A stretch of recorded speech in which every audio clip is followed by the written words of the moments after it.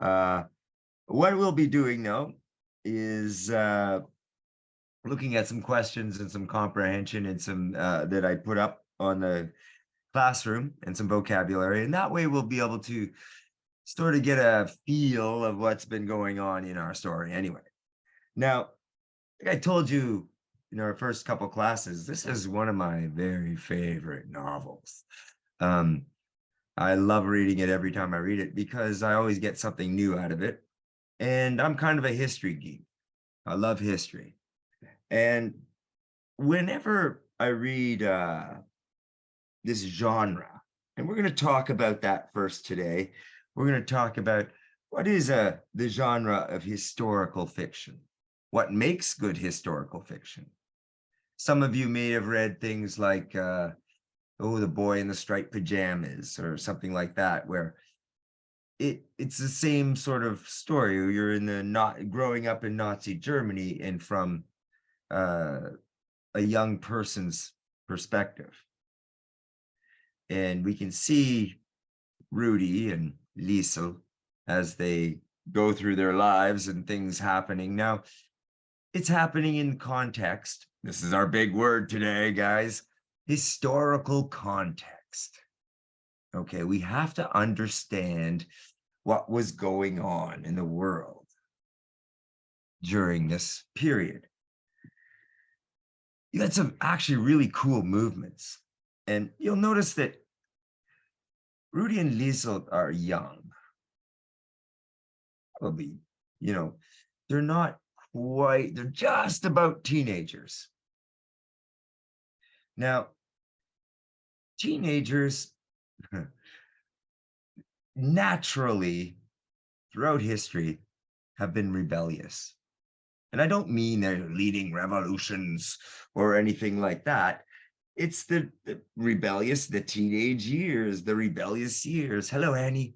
And when and you think about Nazi Germany and everything is very you could get in trouble for saying anything, not just trouble. I mean, like get sent to a concentration camp. Hello, Michael, or something like that. It's not like today. And living in Canada, Ryan can go off into the street corner and start screaming at the top of his lungs about how unfair his government is or his principal at his school or whatever he does he thinks unfair. No problem, he can do that. He has freedom of speech as long as it doesn't hurt anybody. But in Nazi Germany, you could get thrown in, you can get in big trouble. We discussed this when we discussed Jesse Owens, the great American athlete. Rudy wanted to be like Jesse Owens. And his father, no, don't ever say that to anybody. You can't even pretend. You can't say anything bad about Hitler because you could be disappeared, as they say. Now, this is the historical context. Like, so, go ahead. Oh, okay. I thought I heard something. Now, sorry, Michael, could you say that again? No, I didn't mean to say anything. Oh, okay. I was cutting in and out. So the first part of this class, I'm going to examine not so much the story, but the genre. What is it about historical fiction do we like? Michael. Like it's partly real, so it seems like kind of realistic but false at the same time. They make things up, right? But it's also kind of true. But it's based on actual events. Exactly. Yes, Ryan. Personally, I think that historical fiction is very interesting because it's not like fiction stories where it's like extremely fake, but like it's like real events. Mm-hmm. So yeah. And you know what's kind of interesting, guys, girls, is you got our story based on, and you're going to see some real history, so to speak, in the next few chapters when you see things don't go so well for Germany in the second half of the war. And of course, these are kids living in Germany. Himmel Street, Heaven Street, ironically enough. Now, one of the things about this time period that we can learn a lot about is that we talked about it being very strict, a very dangerous time to not be a Nazi. And most people weren't crazy Nazis. They didn't, true believers, as they called them.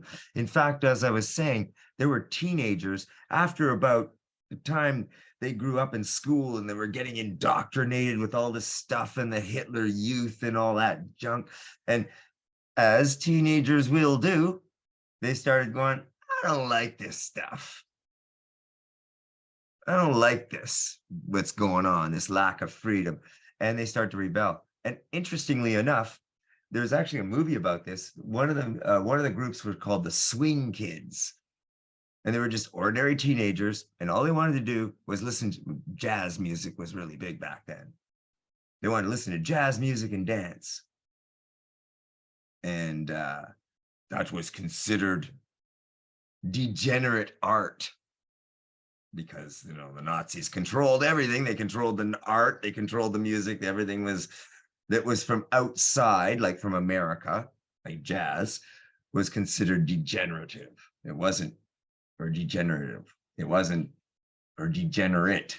It wasn't good art, I guess.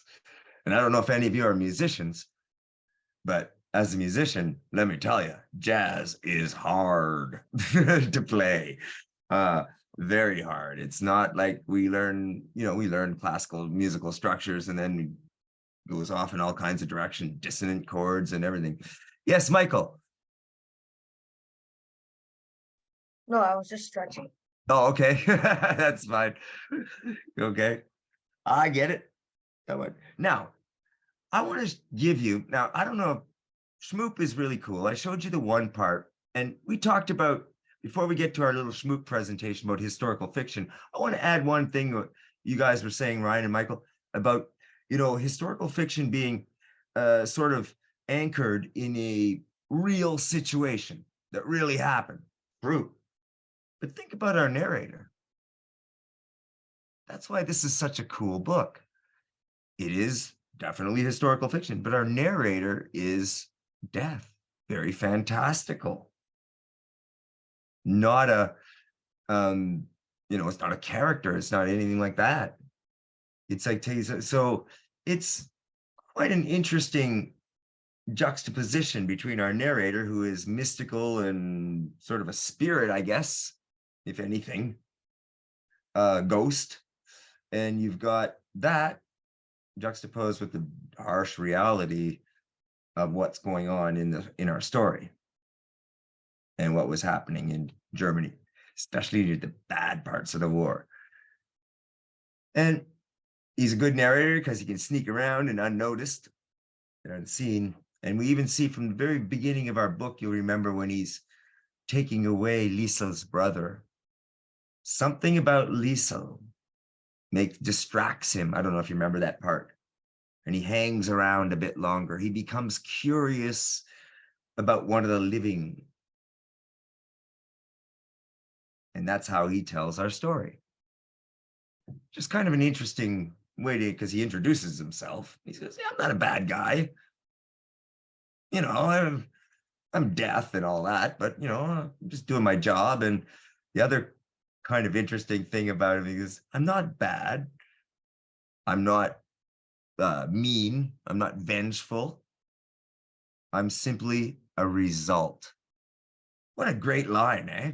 From our narrator. I'm simply a result. I don't pick on people. Ryan and Michael and Samuel are all walking down the street together, and a great big piece of space junk plummets to the Earth's atmosphere, and splat, Ryan gets it. He's in the middle. Michael's on one side, Sam's on the other. Well, that's just it. That's what he's saying. It's fate. Nothing personal, Ryan. But death chose you and didn't choose the other two. And that's just the way it is. And he says, I'm a result. I'm not, don't get mad at me. I'm just doing my job. So when you see young children dying, hey, it's just the way it is. Yes, Samuel. But if death can grab people, like, then can't he just like revive people? Yeah, and you'll see he doesn't really choose. He's just cleanup crew, so to speak, grabbing the souls. Now, the interesting thing about our narrator too is, oh, I don't know if you're at this part yet. Oh, well, spoiler alert if you don't get it. There's one scene where he's talking about coming to get a soul and it fights back. He wasn't ready to leave. He's very sick. And death says, I kind of like that sometimes when they fight me. They won't leave. Sometimes I'll just say, okay, you can stay a bit longer. Interesting concept, someone who's on the verge of death and he just fights death. And then that's what he's doing. He's fought me off. So I decided, you've got a lot to do tonight. I'll leave this guy for now. So death is basically lazy. So if every time that you die, then you can just play death, and then death will leave you because he's too lazy to get you, and he'll be immortal. Maybe. I don't know. That'll be a lot of fighting, I think. With death, I don't think he's lazy. But remember, this is a war, and there is the Holocaust going on. And of course, that means there's a lot of death, a lot of dying. So he's overworked and he's grumpy. Yes, Ryan. Can I go to the washroom very quick? Oh, certainly, yes. Okay, now I want to show you this little presentation here. And this is by Shmoop. And it's just to talk a little bit about historical context and the historical context specifically of our story, not just any, well, I guess a bit of any historical context, but specifically Nazi Germany. No, I'm not going. I gotta pull it up here first. Nothing ever works. There we go.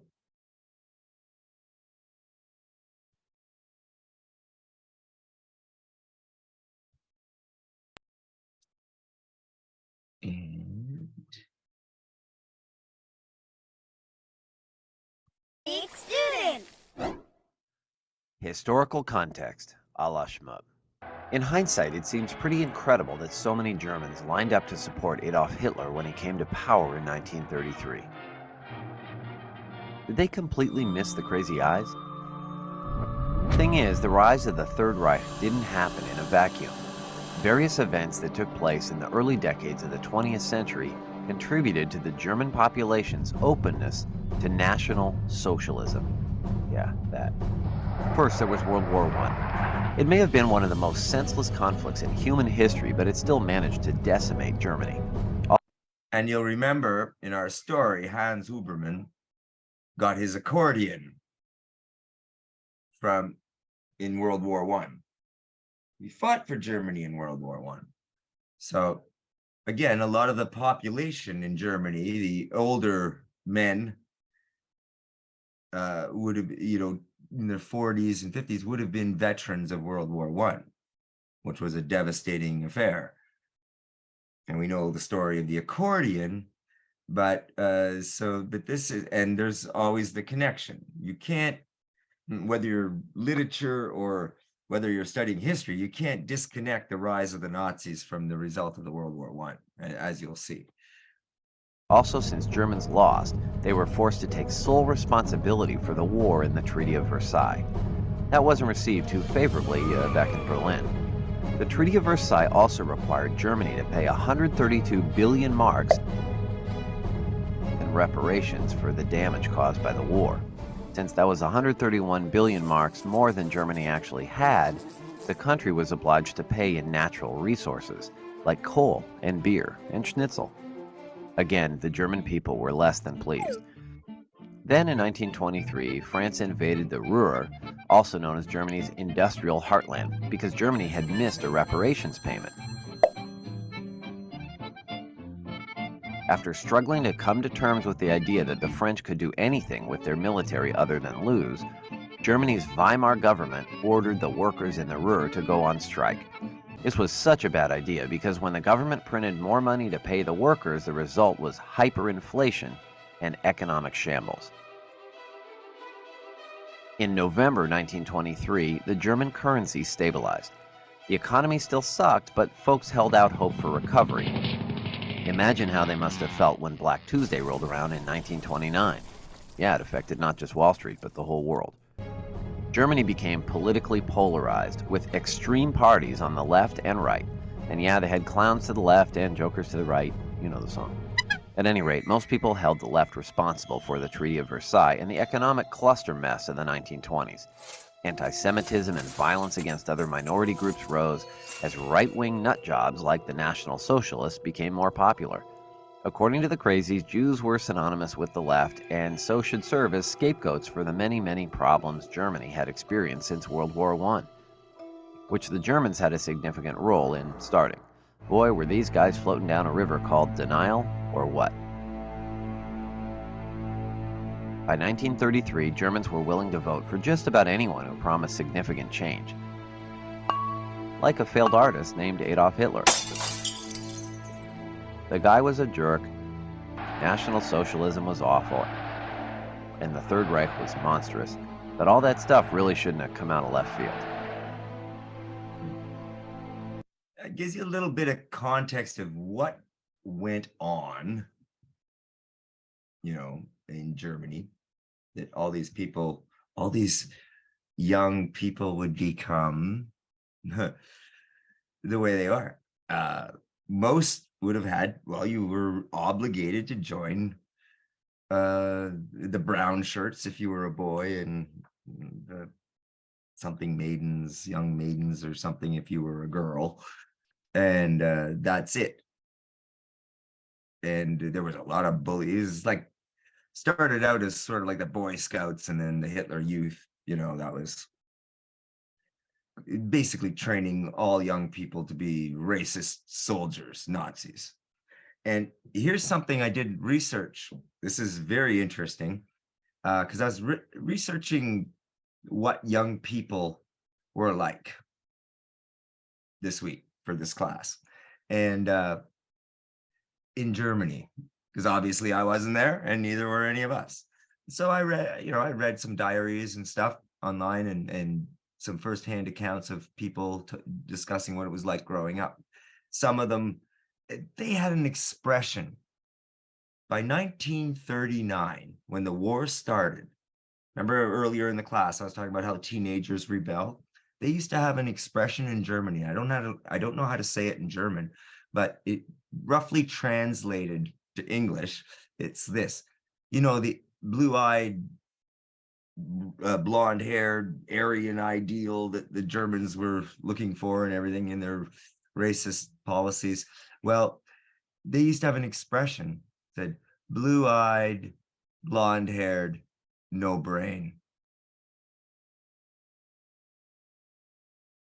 And that's what the teenagers were saying about all the young people that were eating up this National Socialism, this Nazism, and Hitler is like a god and all this. And that was kind of interesting. I never knew that. And it's blue-eyed, blonde-haired, no brains. Can't think for themselves. No brains, it basically means they can't think for themselves. Need to be told. It's hard to translate into English.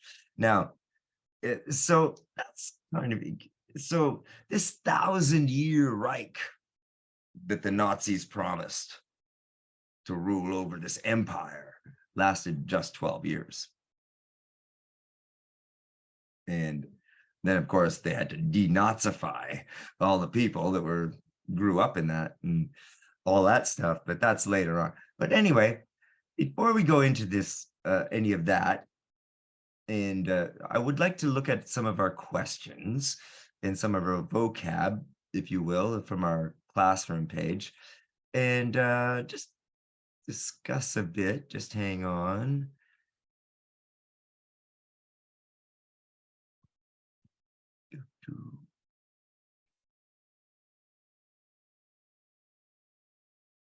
Oh, and I have another thing I want to show you, another schmoop thing later about why we care about reading.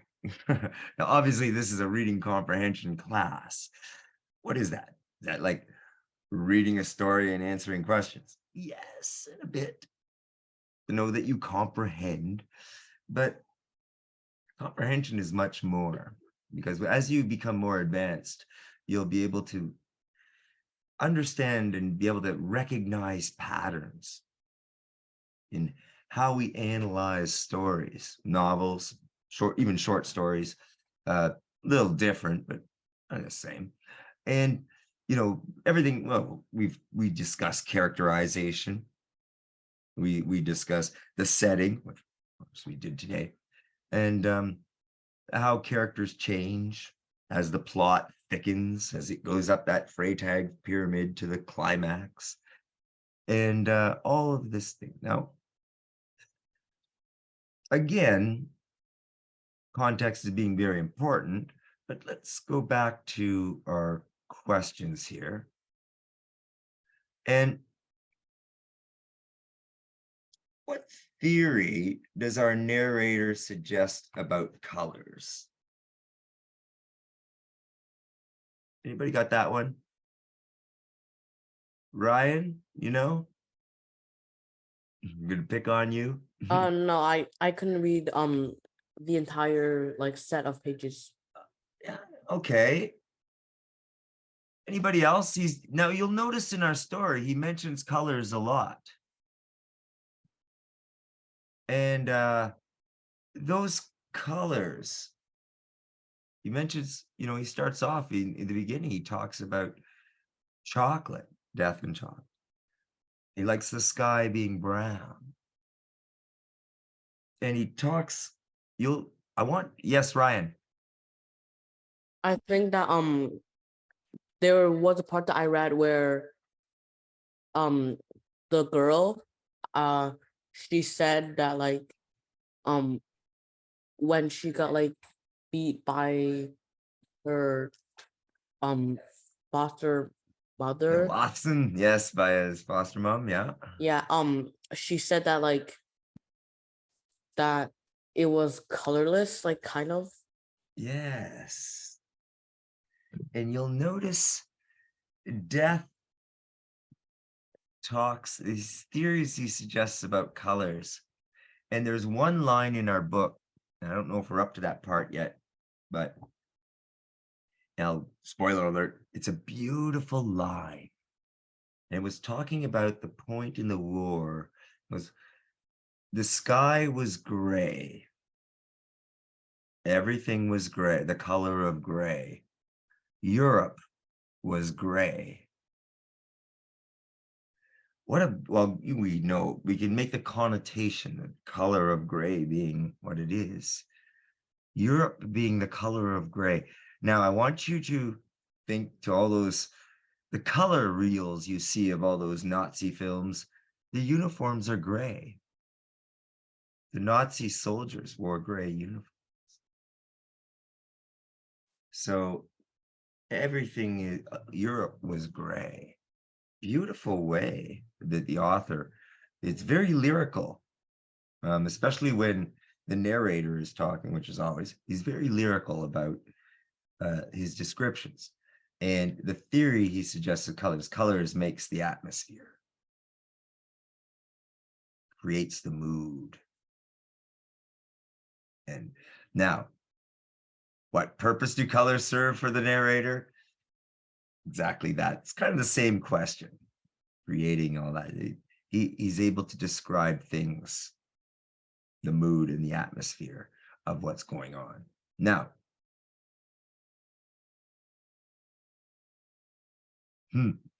What elements does the narrator specifically name as critical components of our story? Go right back to the beginning. And you'll remember it talks about an accordion, a fist fighter, things like that. A book, a lot of thievery. Yes, Ryan? Isn't the fist fighter like the Jewish fish fighter? Yeah, the Jewish fist fighter. And that is Max. And you have to remember, here's one of our words of the night that's not on our vocabulary list, but when you go against the established government, you're called a word would be a dissident. A dissident doesn't mean you're taking up arms and a revolutionary or anything. Okay, dissident is just someone who doesn't go along with the policies of their nation or what's going on in their country. Not happy with it. You couldn't be a dissident in Nazi Germany. You'd be disappeared. Like I said, they would get rid of you. They didn't fool around. Now, beside the railway line, if we look at this, what purpose does this section of the novel serve? This is the beginning part of the novel. Now, I want you to think about what purpose it serves. When they're beside the railway line, first of all, what happens beside the railway line at the beginning?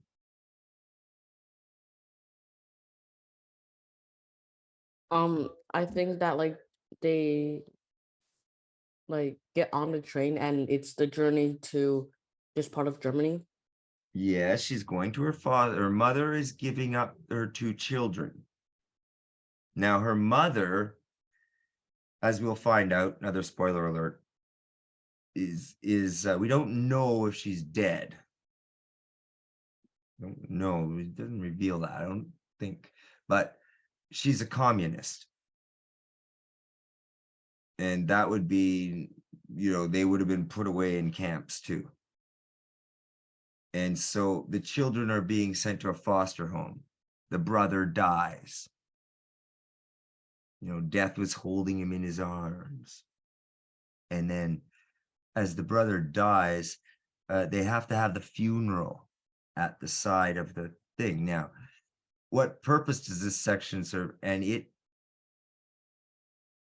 is the introduction. Death introducing himself to Liesel, who is, in one of the elements, the book thief.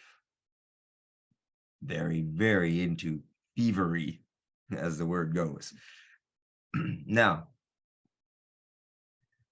what impression does Death give of himself? Do you feel you can trust Death as a narrator? Why or why not? Michael, what do you think of that? Does Death, what impression does he give of himself? Do you know, Michael? No? Anybody else want to take a stab at this? Okay, sure. Okay, go ahead.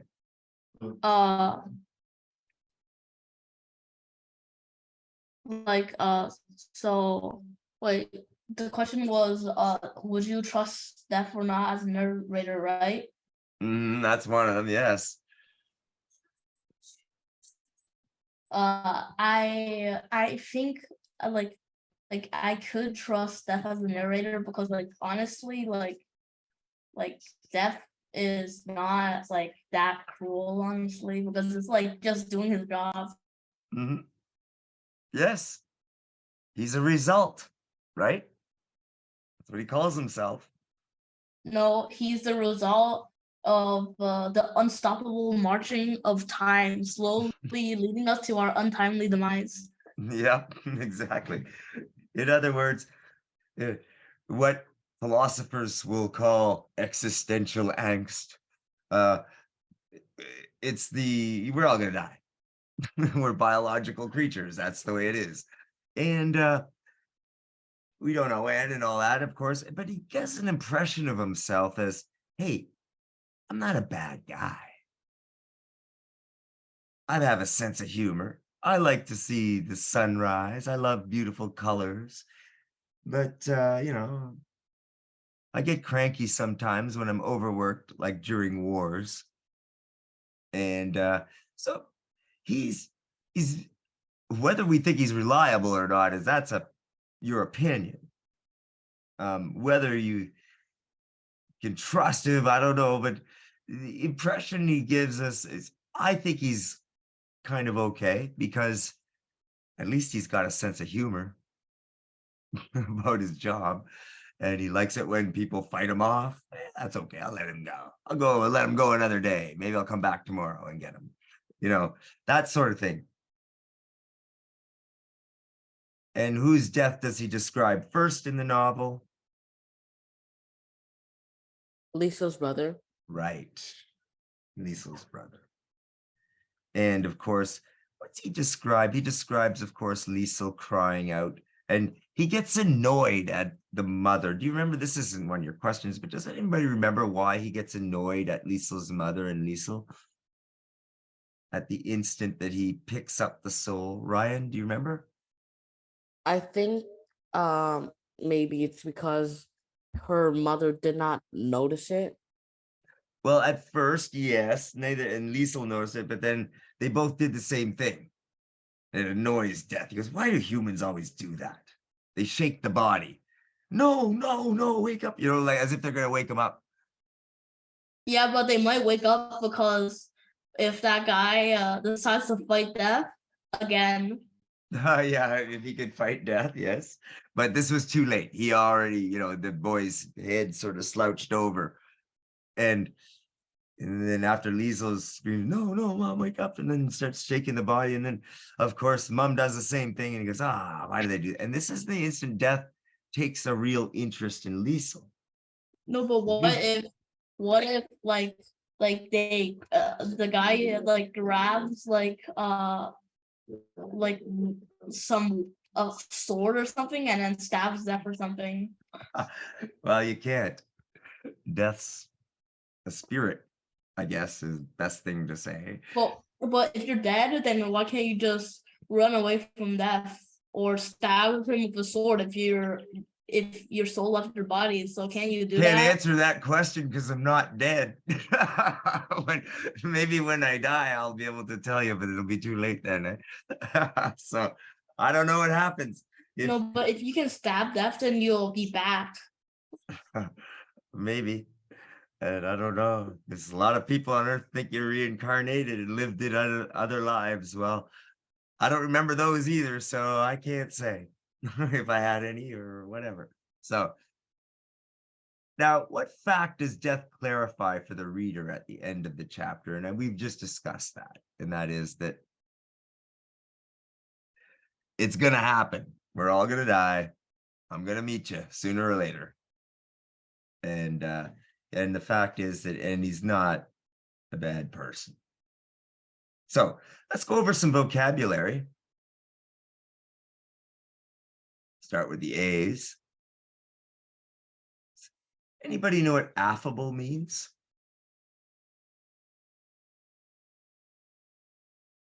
Nobody? Affable. To be affable. Now, when you're reading, a lot of people will a lot of teachers will say, find your space. I'm going to sit down and I have this reading to do. When you're doing that, don't, and many people will say, turn your computer off because it's distracting and that. But I like to show my students something. Let me show you here. Make sure I'm sharing. Good.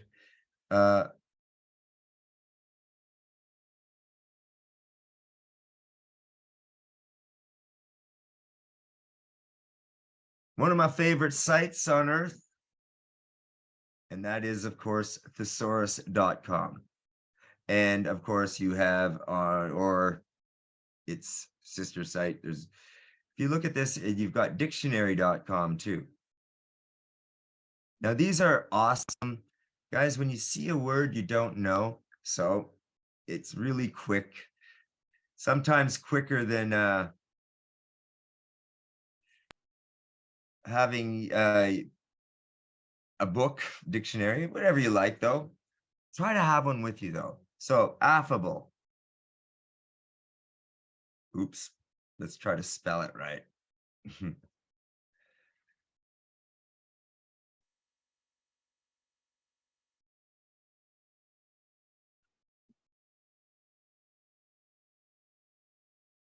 Pleasantly easy to approach and talk to be friendly, cordial, warmly polite. Pleasant person, he's affable. And as you'll remember, our narrator is affable. I'm a friendly guy. I'm an okay guy. Doing my job. I like to laugh, have a good time. So that's what affable is. It's a word to describe our narrator. Alluding. What does it mean to allude to something? Right? Alluding means you're kind of like hinting at something. Yes. Referring to, allude to something. Yes, saying something. Exactly. Very good. Amiable. Do you know that word? Ryan, what is it? I think it's something to do with like being like friendly and being Ziran? liked. Yeah. I was about to say nicely. Yes. Amiably. Now, this is where good too. When we look at etymology of words, I love to study where do words come from. And English is a stupid language. I say this all the time. Because we got England got invaded so many times over history. The Vikings left their culture, these Anglo-Saxons, there's the Latins, the Romans. So all those languages kind of melted together.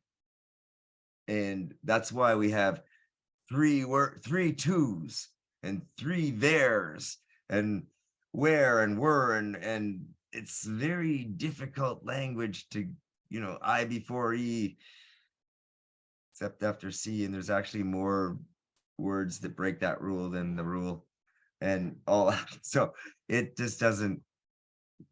It's a non-logical language, and when we look at amiable, ami, en français, if you speak French, mon ami, my friend, ami means friend.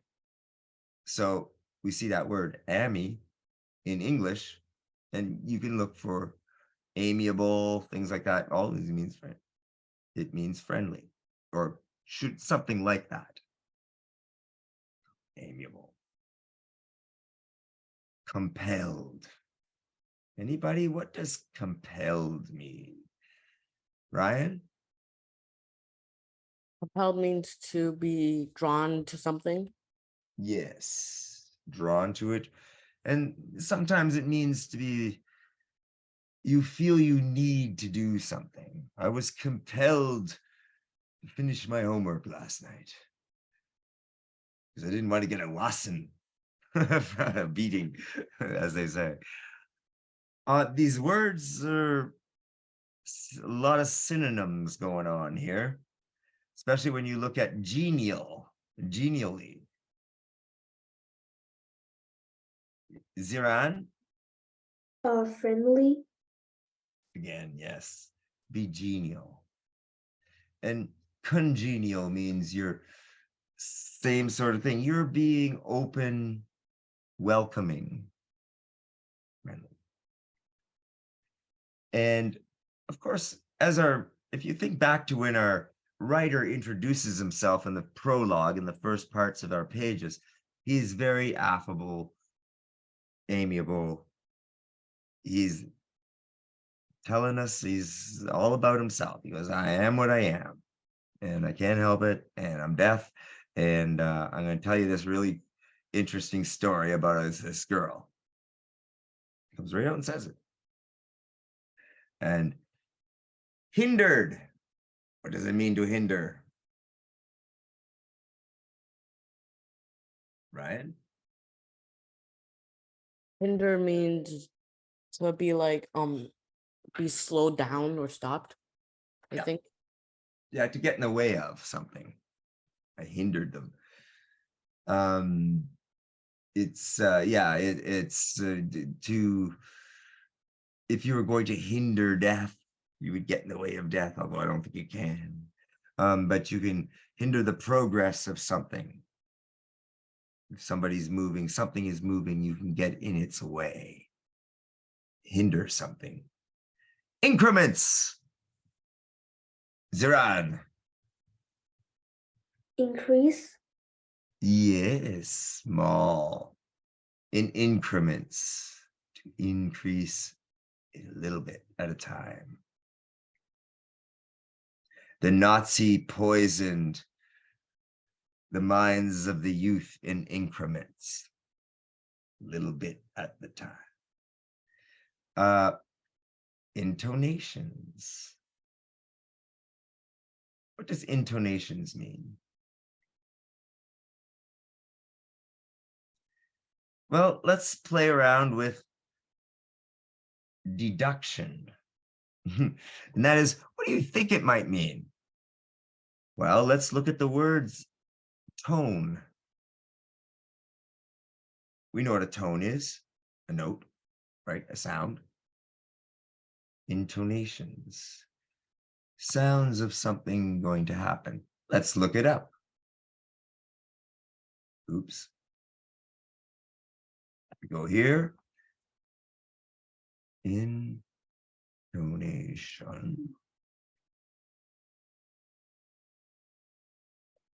A pattern or melody of pitch changes in connected speech. Oops.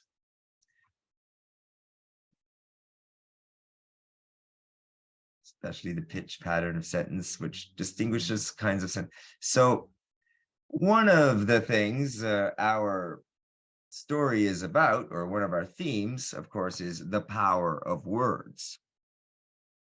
That is one of our main themes. And you'll see where Death talks about Hitler, and some of the other people talk about Hitler's speeches in the way, his intonations. He would always, he said he was kind of like a rock star. And his voice, and intonations is the pitch, the loudness. As you increase the volume of your voice and you become a screaming, feverish pitch, the intonations are loud. So that would be that word. Okay. Now let's look at malicious. What's it mean to be malicious? Zoran.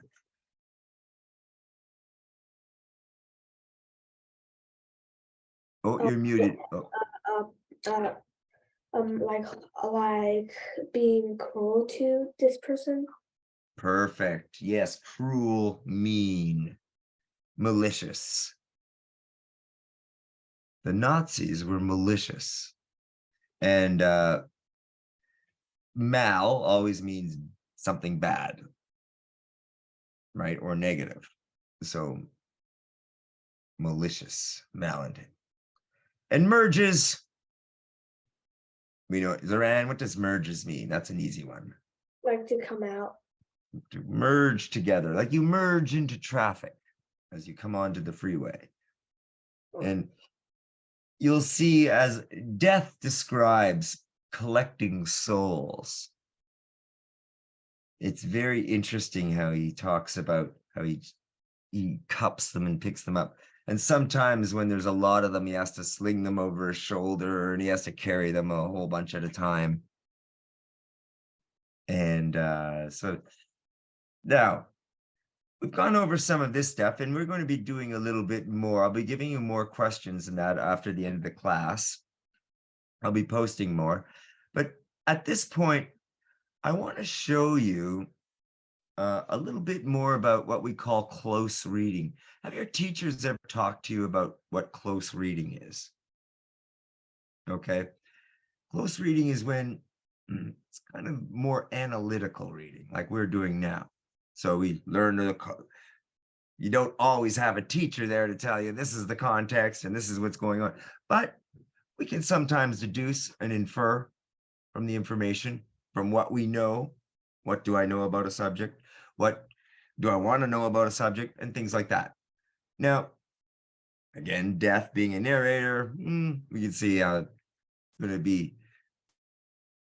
It's not going to be just the facts, ma'am, but we can get to the facts. And so now, one of the things about what I call close reading or analytical reading, comprehending at a deeper level, is we look for certain elements in the story, of course, that we talk about every class, but we also want to look at context, which we did earlier in the class today.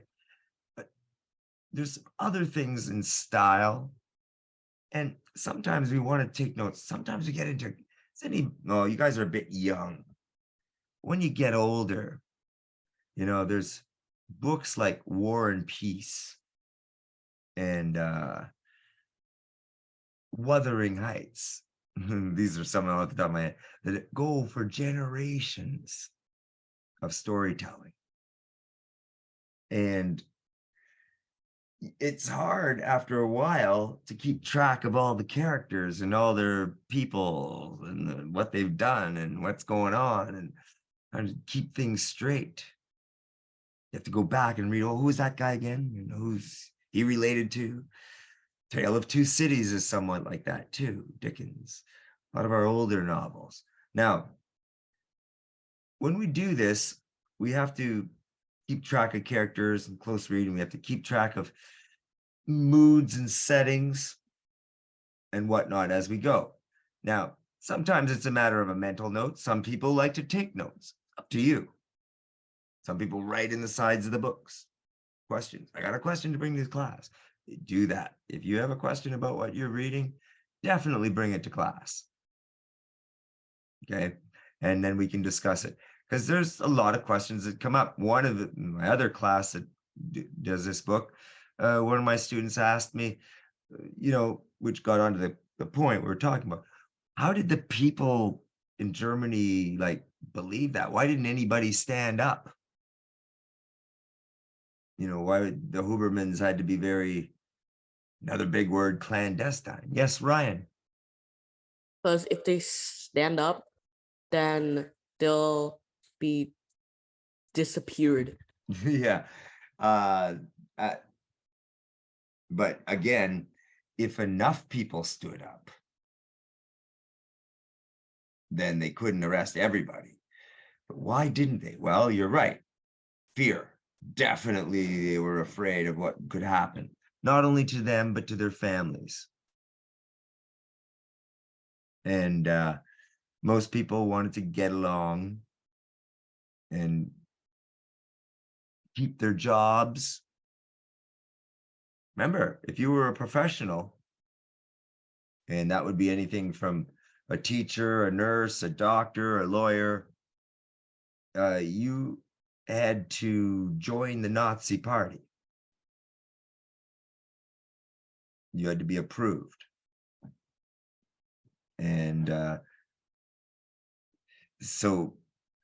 and if you didn't, you lose your job. But I got 3 kids. I can't lose my job. Well, that would be, I'm going to join the Nazi Party. And so that's kind of the way they did things. And so in our story, Hans hasn't joined.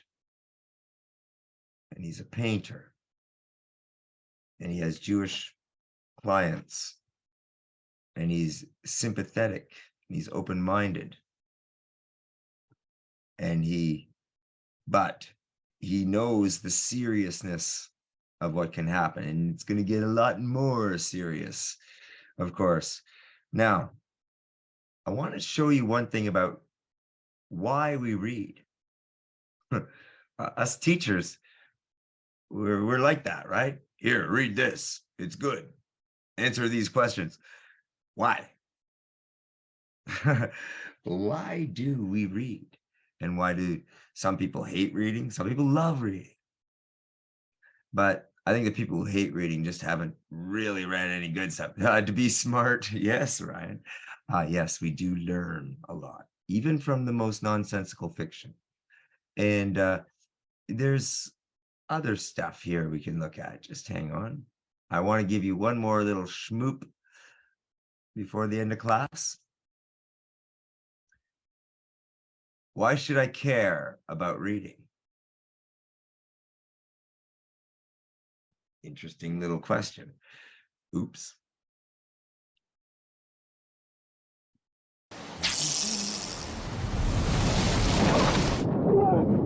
After this ad.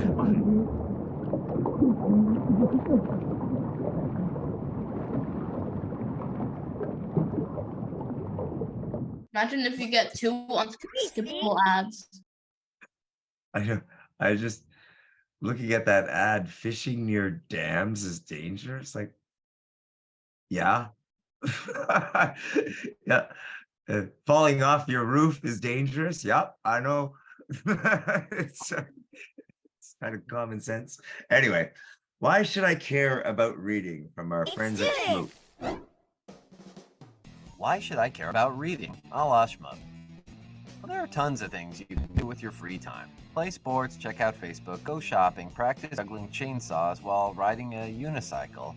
Or if you need something relaxing or mentally stimulating, you could read. Why should you care about reading? Because reading is so much fun.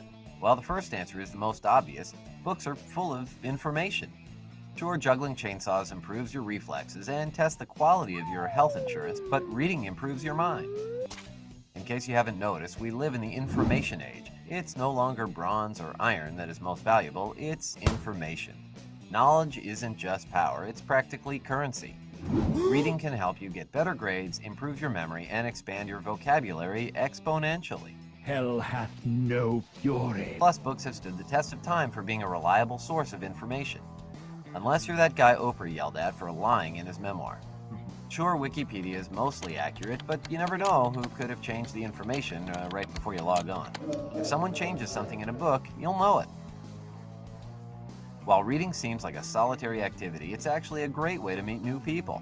We don't think we'll ever see crowds lining up around the block like they did for Harry Potter, but books can be social events with author talks and book signings. You can even find book buddies without leaving the house. Once you're done posting pug photos on Tumblr, you can head over to communities like Goodreads, which have over 20 million members. Plus, you'll know the plot of every other movie and cable TV show before they hit the air. Almost every hit program these days is based on a book. We imagine HBO executives spend a lot of time at their bookstore. Whatever you decide to read, you can do it pretty much everywhere. Thanks to e-readers and reading apps on smartphones, you can read at the beach, waiting in line at the drive-thru, skydiving, gator wrestling, and naked. Paper books are actually great pieces of technology too. We know it's hard to think of a book as technology, but it's a heck of a lot better than carrying stacks of stone tablets wherever you go. Watch out, Moses. Plus, drop a book in the pool and the paper will dry out. Can't say the same for that e-reader. Books are also a great way to teach us about the way the world used to be. Books are kinda historical artifacts. They'll be here longer than any of us, thanks mostly to garage sales. There are so many reasons to care about reading, they could fill a book. Reading gives you access to unlimited information and unlimited entertainment. Plus, you can read absolutely anywhere at any time. If you already do care about reading, tell someone else why you do. Just don't interrupt them while they're reading. Shh, I'm trying to read. I used to tell my students in class about reading is this little rectangular object with these little symbols in it is really a time machine. It can take you anywhere at any time. And so, try to get people more enthralled with the act of reading. Now, as you close read, and as we're taking now, again, we can use our technology or a book, keep a dictionary. And I'm going to be putting up and posting up a whole bunch of, what the next part is to read and summarize. Now we're up to 190. I'll be putting up questions and I'll be putting up the next reading assignment. And for the next class, so I'm going to also ask for a little bit of a summary to the point of what we've read. Okay. And you don't have to do it before. We're going to do it at the beginning of class. Okay. Think about writing about at least a paragraph.